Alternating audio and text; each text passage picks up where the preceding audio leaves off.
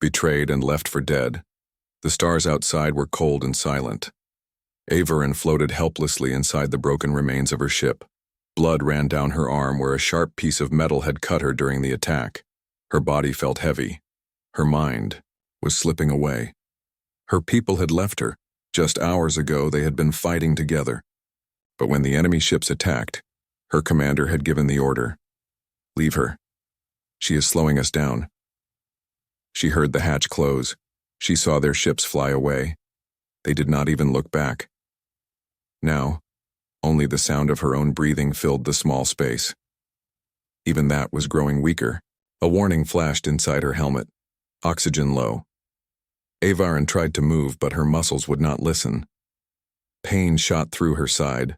Her vision turned gray around the edges. She knew she did not have long. She looked out through the cracked window. Endless black space stared back at her. Stars blinked in the distance, cold and far away. No one would come. No one would care. She was a mistake to be forgotten, so this is how it ends, she thought. Betrayed. Alone. She closed her eyes and let the darkness come. But then, something changed. A light. Faint. Moving. At first, she thought it was a trick of her dying mind, but the light grew stronger. Closer. It was a ship, but not one of hers. Its shape was rough, strong, and different. Human. Averin's heart twisted with fear. She had learned about humans. They were dangerous, violent. Her people said that humans would kill anything they found, no mercy, no kindness. She tried to lift her arm to fight, but it was useless. She was too weak. The human ship hovered near the wreck. A small craft separated from the main ship and moved towards her. It attached itself to the broken hull with a loud clang. The hatch groaned. Metal screeched, and then a figure appeared. The human wore heavy armor and a helmet with a dark visor. He moved quickly with purpose. He broke the damaged hatch open and stepped inside. Averin tried to crawl away, but her body refused to move. She could only watch as the human came closer. He knelt beside her. She could see her own terrified reflection in his helmet. He looked at her for a long moment. She expected him to draw a weapon, to finish her. Instead, he reached out his hand. Averin stared in shock. She did not understand. Why was he helping her? When she did not respond, the human carefully lifted her into his arms. She was too weak to resist. She felt his armor cold against her skin, but his movements were gentle. Through the noise of her slowing heartbeat, she heard his voice. It was rough, deep, but not unkind. "Don't worry. I got you," he said. Her mind screamed warnings. Don't trust him. But her body could not fight anymore. She let her head fall against his chest. The human moved quickly, carrying her through the broken wreck. He reached the small shuttle and placed her inside. Machines beeped. Air hissed. Warmth returned to her frozen fingers. As the shuttle pulled away from the wreck, Averin caught one last look at her old ship, drifting into darkness. They had left her to die, but an enemy had saved her. Her vision blurred again. She fought to stay awake. She needed to understand what was happening. Was this real? Was it a trick? The human was checking a small screen, tapping commands. He looked at her and gave a small nod, as if trying to reassure her. Averin opened her mouth to speak, but no sound came. Her throat was dry. Her body gave up. The last thing she saw was the human removing his helmet. He had short dark hair, sharp eyes, and a tired face. Not a monster, just human. Then everything went black. The human stranger. The first thing Averin felt was pain. It stabbed through. Her side, sharp and real. She gasped, but the sound was weak. Her body was heavy like stone. It took her a long moment to understand. She was still alive. A low humming sound filled her ears. Warm air brushed her skin. Not the cold death of space anymore. Slowly, Averin opened her eyes. A metal ceiling stared back at her. Small lights blinked above. The smell of oil, burned wires, and something else, something human, filled the air. She was lying on a narrow bed. Soft cloth was wrapped around her wound. Strange machines beeped beside her, showing signs she could not read. Panic stabbed her heart. She tried to sit up. Bad idea. Pain exploded in her chest, and she fell back with a weak cry. Footsteps. Heavy boots against metal floors. Getting closer. Averin turned her head. Her vision blurred, but she saw him, the human, entering the room. Without his helmet, he looked even more dangerous. His face was sharp and tired, jaw set with silent determination. His eyes were cold, scanning her like a weapon. Averin's instinct screamed, "Enemy." The human noticed her struggling. He raised his hands slowly, palms open. "Easy," he said. His voice was deep, almost calm. "You're safe. For now." Safe? She did not believe him. She could not. She pressed herself back against the bed, ready to fight if needed. Her fingers searched for anything, a tool, a weapon, but found nothing. The human saw her fear. He sighed, running a hand through his short hair. "I'm Captain Elias Ward," he said. "Earth Defense Force." Averin did not move, did not blink. She had heard of Earth Defense, brutal soldiers, ruthless monsters. Why save her? Captain Elias sat down on a chair across the room, giving her space. "You don't understand me, do you?" he asked, half to himself. "Figures." Averin stared at him, every muscle ready to strike. But something in his voice caught her. Not anger, not cruelty, sadness. He leaned forward, resting his elbows on his knees. "You're lucky I found you," he said. "Your ship was dead. No air, no power, no friends." His words were cold, but his face was tired, not cruel. Averin did not know what to say. Even if she could speak his language, what would she ask? "Why? Why did you save me? What do you want from me?" Elias reached into his pocket slowly and pulled out a small silver packet. He tossed it onto the bed near her. Food. Averin stared at it. Her stomach twisted painfully. She had not eaten in days. But was it a trick? Poison? She looked up at him. He simply shrugged, as if saying, "Your choice." Minutes passed in silence. Only the machines beeped and the ship hummed around them. Finally, hunger won. With shaky fingers, she tore open the packet and took a small bite. Sweet. Dry. Strange. But not poisoned. Captain Elias watched her, his expression unreadable. "You're not the first alien I've rescued," he said after a while. "But you might be the first who doesn't try to kill me immediately." Averin frowned, not understanding his words fully but catching the tone. Friendly, maybe. Still, she could not trust him. She had been betrayed once. She would not make that mistake again. Suddenly, the ship shook violently. Alarms blared. Red lights flashed across the room. Captain Elias jumped to his feet, shouting something into a small device on his wrist. Averin gripped the sides of the bed, heart hammering. Was this an attack? A trap? Elias turned to her, urgency in his voice. "Stay here," he barked, pointing firmly at the bed. He ran out, leaving the door sliding shut behind him. Averin lay frozen for a second. Then her instincts kicked in. She ripped the monitoring wires from her arm. Pain flashed, but she ignored it. She slid off the bed, nearly falling, but forced herself to stand.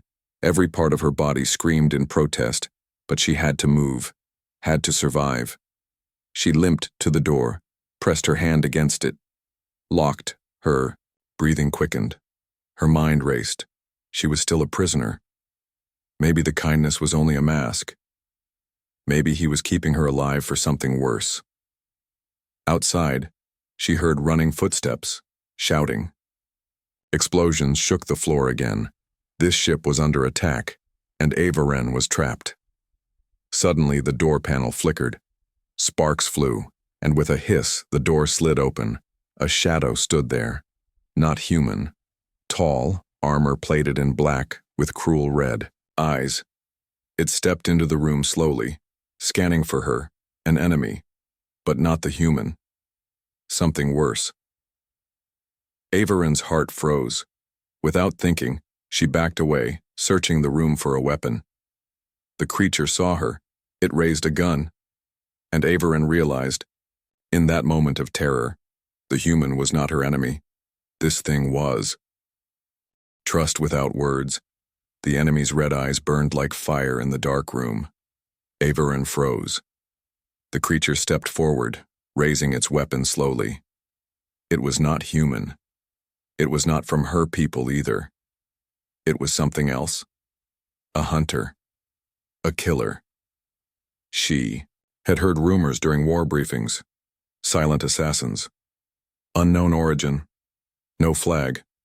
No mercy. And now one stood in front of her. The gun locked onto her chest. She had no armor. No weapon. No way out. But something deep inside her refused to die again. In one sudden move, Averin grabbed the metal tray from the table beside her and threw it with all her strength. It hit the creature's hand, knocking the gun away just as it fired. The shot burned through the wall behind her, leaving black smoke. Averin didn't wait. She ran. Her legs were weak, her body still injured, but fear gave her strength. She limped into the hallway, lights flashing red, alarms screaming from every wall. The ship was under full lockdown. Steel doors slammed shut, fire suppression foam sprayed from broken vents. Behind her, she heard the hunter roar, not with anger, but hunger. She turned a corner and almost crashed into someone. It was Elias. His gun was raised before he even recognized her. "Whoa!" he shouted, catching her by the arm just in time. Averin gasped, pulling away, but he held her steady. "What happened?" he asked, eyes scanning her quickly, then the hallway behind. She couldn't answer. She didn't have his language, but her eyes, wild with fear, said everything. Elias saw the terror. "Something's on board, isn't there?" he whispered, more to himself. Averin just nodded once. Fast, that was all he needed. "Stay behind me," he said, voice like steel. He turned, gun ready, moving quickly. Averin followed, limping, one hand on the wall to stay upright. They didn't speak. They didn't need to. Elias led her through narrow corridors, past smoke and sparks, toward a safer part of the ship. But the ship groaned, deep, long, like something alive was twisting inside it. Averin stumbled. She couldn't keep up. Elias noticed. Without a word, he lifted her, again, into his arms and kept running. She didn't fight him this time. For the first time since her betrayal, she let someone else carry her weight. The sound of metal scraping on metal echoed behind them. The hunter was close. Elias entered a room and locked the door behind them. It was a small storage area, dark and quiet. He placed her down gently on a box, then turned to seal the room manually. Averin sat silently, trying to catch her breath. Elias checked his weapon, then looked at her. For the first time, there was fear in his eyes too. Not for himself, but for her. "You saw it, didn't you?" he asked softly. She didn't reply, just nodded again. Elias sat down across from her, the silence between them heavy. Then he reached into his jacket and pulled out a small device, a translator chip. He looked at her carefully. "I don't know if this'll work," he said, more to himself. "But let's find out." He handed it to her. She took it slowly, unsure. He pointed to his own neck, then tapped the device. Averin understood. She pressed the chip to the side of her neck. It clicked, then buzzed. A small voice spoke inside her ear, mechanical, cold, but in her own language. Connection established. Her eyes widened. "Can you hear me?" Elias asked. The words came through in her tongue. "Yes," she whispered. It was the first word she'd spoken in front of him. Elias smiled slightly, just a flicker. "Good. Now we talk." They sat in silence again, but it was different now. The wall between them was cracked. Averin spoke first. "You saved me," she said. "Why?" Elias leaned back, his face serious. "I don't leave people to die," he said. "Not even enemies." "We were told, humans kill without mercy," she said slowly. Elias gave a sad laugh. And we were told your kind eats human flesh. They both looked at each other. Both had been lied to. Then who put the lies in our heads? Averin asked. Elias didn't answer right away, but before he could speak, a loud bang shook the door. The hunter had found them. The lights flickered. The steel door dented inward with the force of the hit. Time to move, Elias said, standing up fast. This thing isn't here for me, it's after you. Why? Averin asked, her voice shaking. He looked her dead in the eyes. Because someone wants you dead very badly. Badly enough to send a hunter onto my ship. The door bent again. Elias handed her a small plasma pistol. Averin stared at it, unsure. I don't care who you were, Elias said. Right now you and I survive, together. She took the gun. For the first time, not as a prisoner, but as a partner. The door cracked open. The hunter's arm reached through, claws sharp like blades. Elias raised his rifle. Averin stood beside him, wounded, but ready. They didn't speak. They didn't need to. The trust had begun, not with words, but with survival. The enemy within. The lights above flickered as Averin and Elias stepped into the engine corridor, guns ready. Behind them, the twisted door to the storage room still sparked from the hunter's last attack. Smoke filled the air. The creature had been fast. Too fast. But Elias had triggered the auto-lock just in time, sealing the hallway behind it. For now. But it would be back, and they were running out of places to hide. Averin kept her grip tight on the plasma pistol Elias had given her. It was small, but warm in her hand. Her fingers still trembled, not just from fear, but something deeper. Uncertainty. She wasn't sure who the real enemy was anymore. She had been trained her whole life to hate humans. But here she was, walking beside one, trusting him with her life. And he, for some reason she didn't yet understand, was risking everything for her. Elias tapped a control panel as they reached a side door. The screen buzzed, then flashed red. Locked, he muttered. Manual override only. He crouched to open a side panel, wires exposed. Averin watched, but her mind was racing. Who sent that thing? She asked, voice low. Not sure, Elias replied, working fast. But it didn't just find you. That's a tracker, which means someone brought it here. Averin froze. You mean someone on this ship? He nodded once, grim. Someone let that hunter aboard.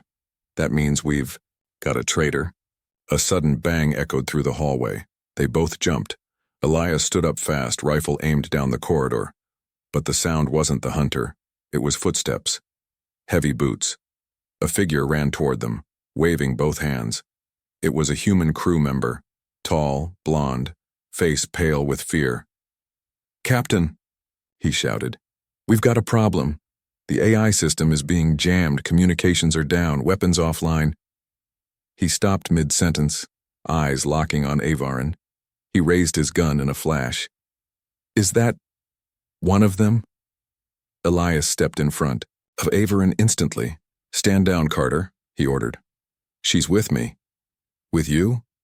Carter's voice cracked. She's the reason we're under attack. You don't know that. She's the only alien on board, and she's the one not shooting at us right now. Elias snapped back. Averin didn't move. She just watched, studied. Carter's hand was shaking, but not from fear, from guilt. She recognized it, the same way she had seen betrayal in her commander's eyes, right before they left her behind. Something was wrong. Where were you when the hunter breached the ship? Averin asked softly. Carter's eyes flicked toward her, then to Elias. Then, back again. I was in engineering, he said. You're lying, Averin said. Elias narrowed his eyes. How would she know? She's reading his eyes, Averin answered. His heartbeat changed. His hands are sweating. He's scared, but not of the hunter. Elias raised his gun slowly. Carter, he said coldly. What did you do? Carter didn't answer. His hand reached for his belt, too slow. Elias fired first. A stun blast knocked Carter flat. His weapon clattered to the floor. Elias kicked it away, then crouched beside him, pulling a small black cube from his coat. Tracker beacon. Elias's face went white. He was guiding it, he said, sending your location. Averin said nothing. The silence between them was sharp.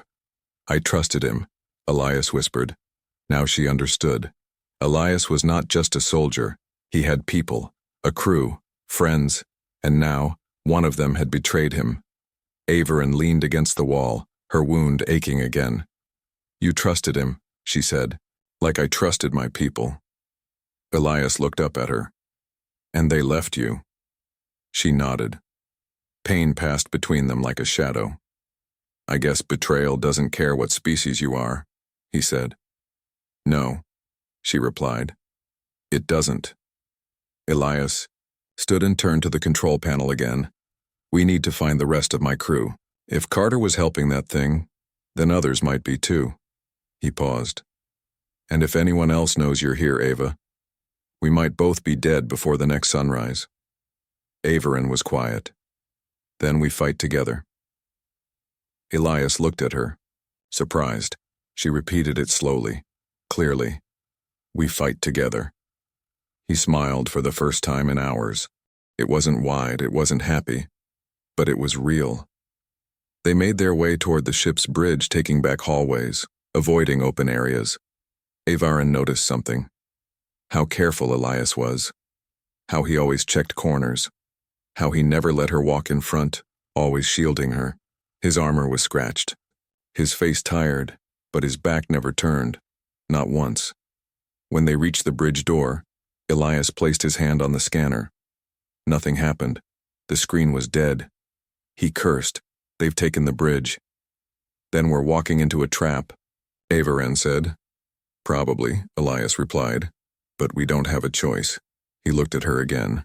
You still with me? She nodded. They lifted their weapons. The door opened. Darkness. Silence. They stepped in and saw 6 people standing in the shadows, all human, all armed, and standing beside them was another hunter. But this one didn't move.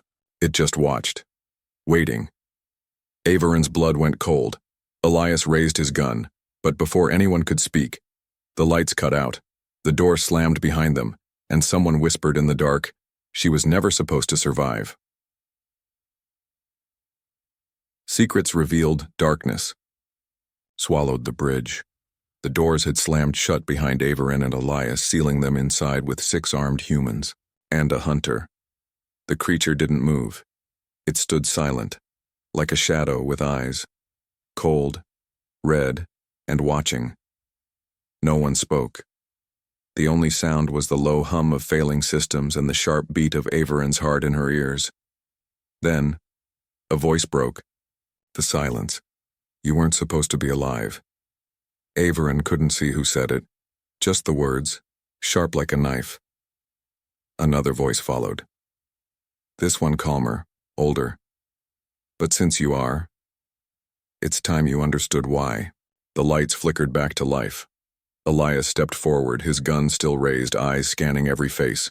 The crew in front of him looked changed, not panicked, not angry, calm, controlled, and Averin finally saw their eyes, cold, unfeeling, just like the hunter beside them. Elias spoke first. What is this? The oldest man stepped forward. Commander Roth. He had served with Elias for years. I'm sorry, Captain, Roth said, his voice flat. But this ship is no longer under your command. Elias narrowed his eyes. You working with those things now? He pointed at the hunter, disgust in his voice. We're not working with them, Roth said. We created them. The words hit harder than gunfire. Averin stepped closer, confused. Created? Roth turned to her. Yes. Your people weren't the only ones playing with genetic weapons. Decades ago, Earth began its own program, a silent one. We built soldiers from stolen alien DNA. Faster, stronger, no fear, no questions. He gestured to the hunter. It was supposed to protect us, Elias growled. But instead it's hunting her. Roth nodded slowly. Because she is a mistake. A threat. She's the last of a design her people tried to hide, and we copied. Avaren stared at him, shaking her head. I don't understand. You will, Roth said. He pulled a small hollow device from his pocket and activated it. A projection flickered to life between them. Avaren's face. But different, younger, in uniform, standing with others. You were part of Project Hollow Star, he explained. A breeding experiment by your High Council to create a new kind of warrior, one that could merge instinct and emotion with cold, tactical perfection. The projection changed. Test chambers, charts, DNA strands. You were their prize. The one who survived all trials. But when your creators saw what you became, a soldier who questioned orders, who showed mercy, they shut the project down. Elias stared at Avaren. You were betrayed because you weren't like them, he said. Avaren didn't speak. She couldn't. Her own people had created her, molded her, then tried to erase her. They didn't just abandon you, Roth continued. They gave us your location. Let us do their dirty work. Elias cursed under his breath. Avaren stepped back. I was born in a lab? Roth nodded. You weren't supposed to live past your first deployment, but you did. You saved civilians. Refused kill orders, you became something human. The word hit her hard, and Elias saw it. He lowered his weapon slowly. They sent the hunter after you to finish what they started, Roth said. But now you're here, in human space, a symbol of something both sides fear. Which is? Elias asked. Change, Roth replied. The idea that maybe we aren't so different. The hunter stepped forward now, slow and quiet. Avaren aimed her gun. Roth raised a hand. It won't kill you. Not unless ordered. It's a tool, nothing more. Elias growled, stepping in front of her. Then give the order to stand down. I can't, Roth said simply. There are too many watching, too many deals in motion. You'd sacrifice this entire ship just to kill one woman? Elias asked, voice rising. No, Roth said. I'd sacrifice it to keep peace. If her truth spreads, war will become impossible to control. Avaren's mind raced. She thought of her first squad, of the battles, the voices in her head, the orders she disobeyed. Not because she was weak, because she could feel, because she had choice, and that made her dangerous. She looked at Elias. I don't want to die like a secret. He didn't hesitate. You won't. With one sudden motion, Elias fired, not at the people, but at the lights above. Sparks rained. Darkness dropped like a curtain. Run! He shouted. Avaren didn't wait. They moved fast, ducking behind panels as gunfire tore through the smoke. The hunter roared, not a sound of pain but rage, pure inhuman rage. Avaren and Elias crashed through a side door and bolted down the hallway. Sirens screamed. The ship trembled. They'll send more after us, she gasped. I know. They'll kill your crew. They already betrayed me. They reached the engine core. Avaren stopped. We can't outrun this. Elias nodded. Then we blow it. She turned to him, shocked. You'd destroy your own ship? I'd rather lose a ship than lose what makes us human. He placed a device against the core. A detonation charge. They had seconds. Come with me, he said, grabbing her hand. She hesitated. This is your war. It's ours now, he said. If we don't stop them, your people and mine, they'll never change. For the first time in her life, Avaren felt something real. Purpose. She squeezed his hand. Let's go. They ran to the emergency launch bay. Behind them, the core beeped faster and faster. As they flew away, the ship exploded in a silent burst of light. Bright, free. Avaren looked out the window. Below her, the remains of the warship drifted. She was supposed to die as a weapon. Instead, she lived as a witness, and maybe, just maybe, as a bridge between two worlds that never understood each other, until now. The final stand. The stolen shuttle shook as it entered the gravity field of a HFY nearby moon. Ava Wren gripped the side rail, her heart pounding in her chest. Smoke curled from the back of the ship. Sparks danced across the ceiling. Something had hit them. Hard. Elias fought the controls with both hands. "We've lost navigation," he shouted. "I'm flying blind. Just get us down." Ava Wren said, "I'll handle the rest." Below them, the moon's surface came into view. Mountains, dust storms, cracked stone. No cities, no people, no safety. Perfect. Ava Wren's hand moved to the pistol on her hip, the same one Elias had given her back when they first ran. It felt light now, familiar.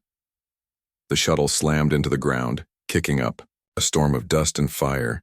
The impact knocked them both forward. For a moment, everything went black. When she opened her eyes, Elias was already moving. "Are you all right?" he asked, coughing from the smoke. Ava Wren nodded, pulling herself up. Her shoulder burned from the crash, but she could still fight. "Status?" she asked. "We're alive," Elias said. "But not alone." He pointed up through the cracked glass. In the sky above, black dots were falling fast. Not debris, drop pods, at least a dozen. Each one carried a hunter. Ava Wren and Elias looked at each other. "They're sending everything," she said. "They're scared of you," Elias replied. "That means we hit something true." She nodded, then she did something unexpected. She smiled, not out of joy, but out of certainty. "They want me gone," she said. "So let them come."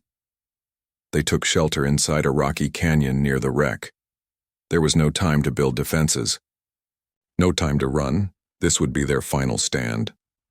Elias checked his ammo. 1 rifle, 2 grenades, half a battery for his shield. Ava Wren checked her blade, sleek and alien, glowing with blue energy. The wind howled above them. The ground trembled.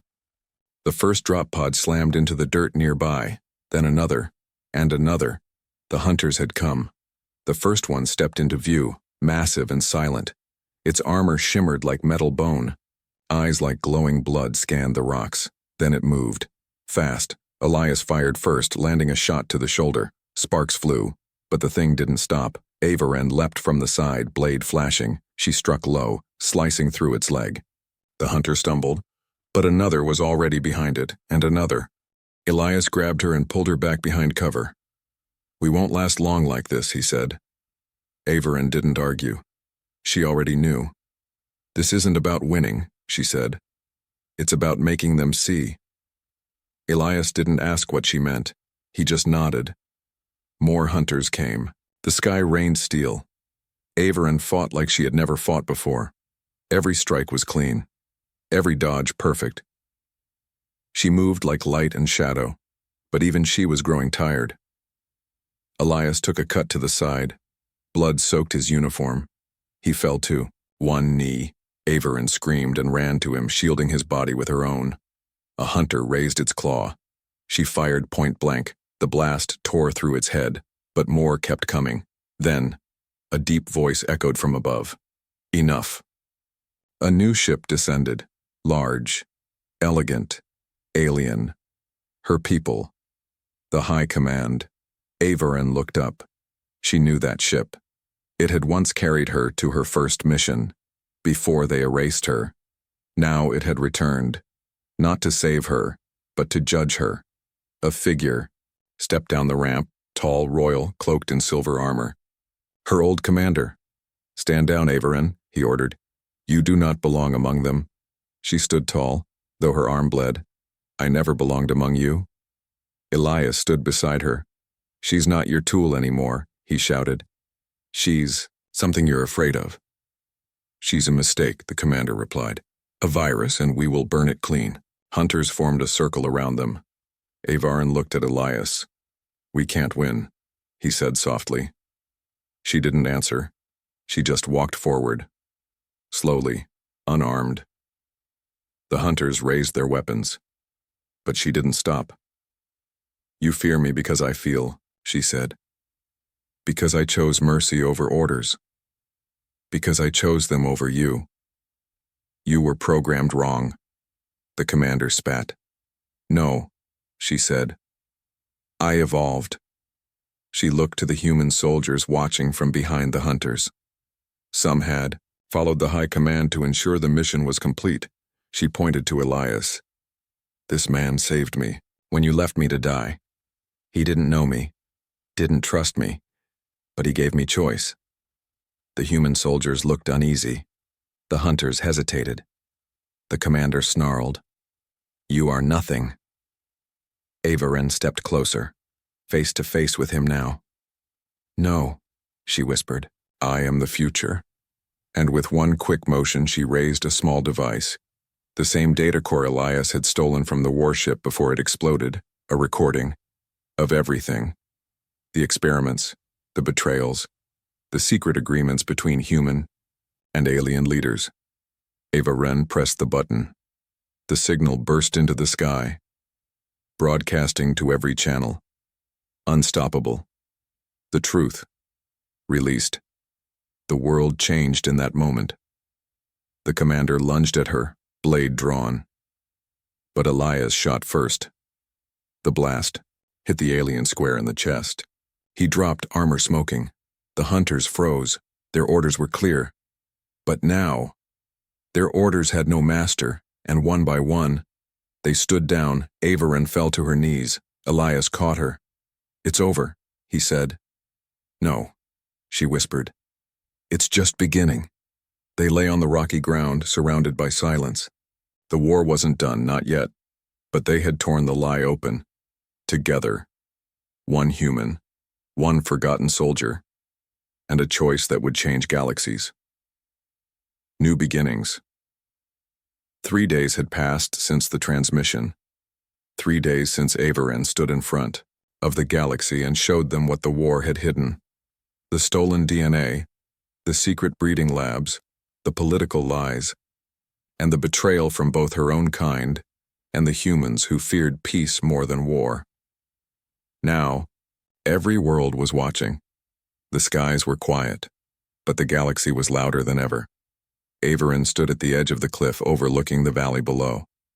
Green fields stretched out like an ocean. Wind moved through tall grass. No cities, no ships, just silence. She closed her eyes. She didn't trust peace. Not yet. Her body still ached from the fight.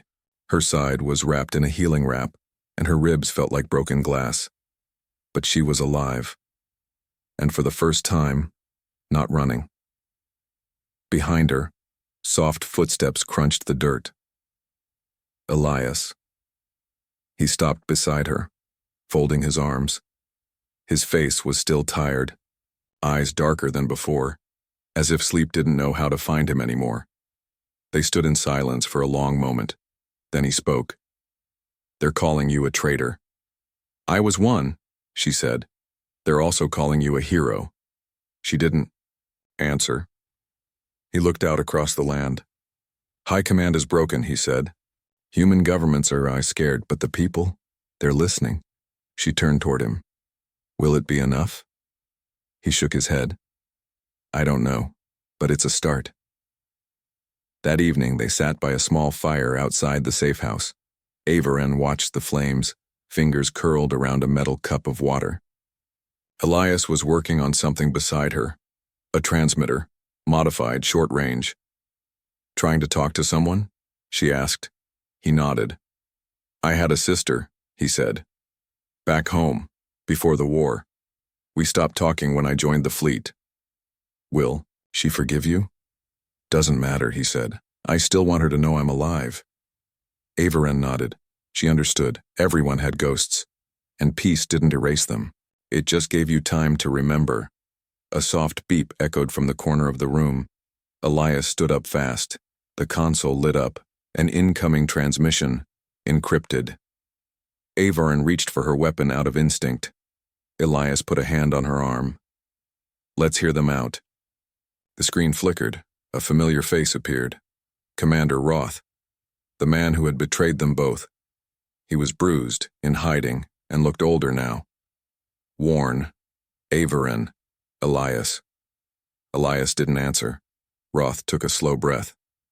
I'm not here to apologize. I'm here to warn you. Averin stepped forward. Why now? Because you think it's over, Roth said. But it isn't. You embarrassed powerful people. The truth's out. Yes. But that doesn't mean they'll give up. They'll come for you.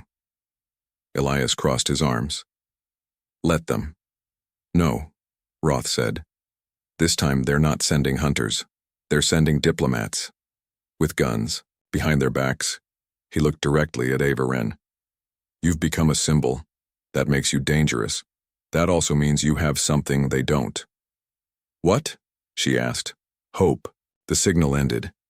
Averin sat back, the fire crackling beside her. Hope. It wasn't a word she trusted, but it had power, more than weapons, more than orders. The next morning, a ship landed on the ridge, small, civilian. A group stepped out, humans and aliens, not in armor but in simple robes and travel gear. Elias met them first, weapon in hand. A young alien woman stepped forward. My name is Cyril, she said. I saw the broadcast, we all did. She gestured to the group. We were soldiers. Now we're not. We believe in what you did, and we want to help. Averin appeared behind Elias, eyes sharp. How? Cyril lowered her head. We want to build something new. And just like that, the war began to shift. Not with a battle, but with conversation. Weeks passed. A camp grew near the valley. More arrived.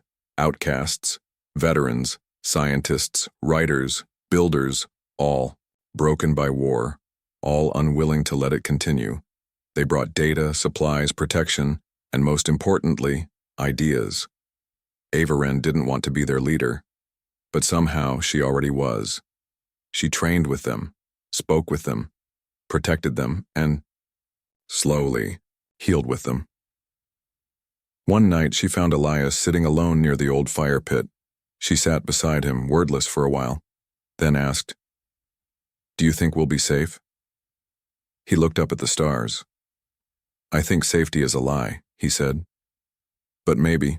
Peace isn't, she smiled. You still owe me a sunrise, he grinned and pointed to the horizon. Then look, they sat together as the sun rose. Not on a battlefield, not behind walls, but on open land where no one gave orders. Orange light bathed the valley. Birds flew overhead.